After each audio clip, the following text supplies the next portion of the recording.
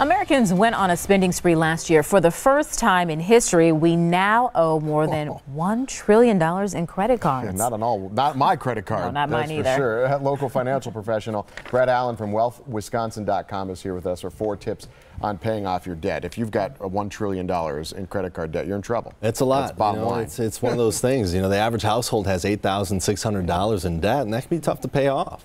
60% of people surveyed said they'd rather put money, obviously, in their 401ks and savings accounts, but they have this debt looming over them. So how do you get it paid off? Yeah. We have a couple steps today on how to do that and get started. So number one first is going to take inventory. So you need to know where your debt is first. So we have a debt worksheet on our website, wealthwisconsin.com, and you can list all the different debts that you have. That's really going to help you figure out which one should I pay off first. Number 2 is looking at your interest rate.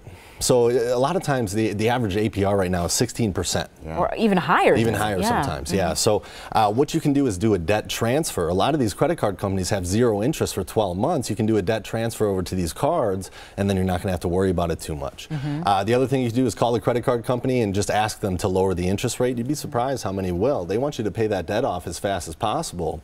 Sometimes they're willing to lower the rates a little bit. And they want to keep you as a customer so that you can keep, I hate to say it, almost continue to be in debt with them. Yeah. But what else can one do? Because it seems like a lot of what you're saying hasn't changed over the years. Right. This one may sound simple, but spend less than what's coming in, right?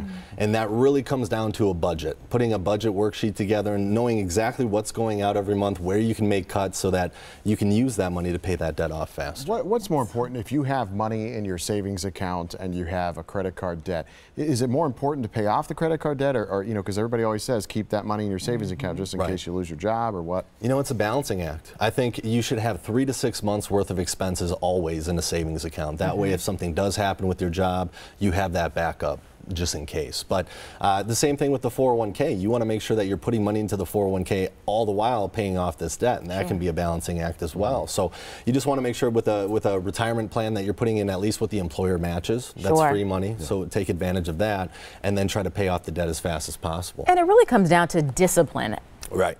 At some point you got to say, I got to discipline myself. And that's what number 4 is. So the debt snowball, we've talked about it in the past, but the debt snowball is taking all the different debts that you have and taking the lowest debt and putting as much as you can towards that lowest debt, all the while you're paying the minimum balance on everything else. Once you get that lowest paid off, you move to the next lowest and do the same thing, and it just creates that momentum for yourself, that snowball over time. That's the quickest way to pay it. And paying it all off brings your credit score up. That's right.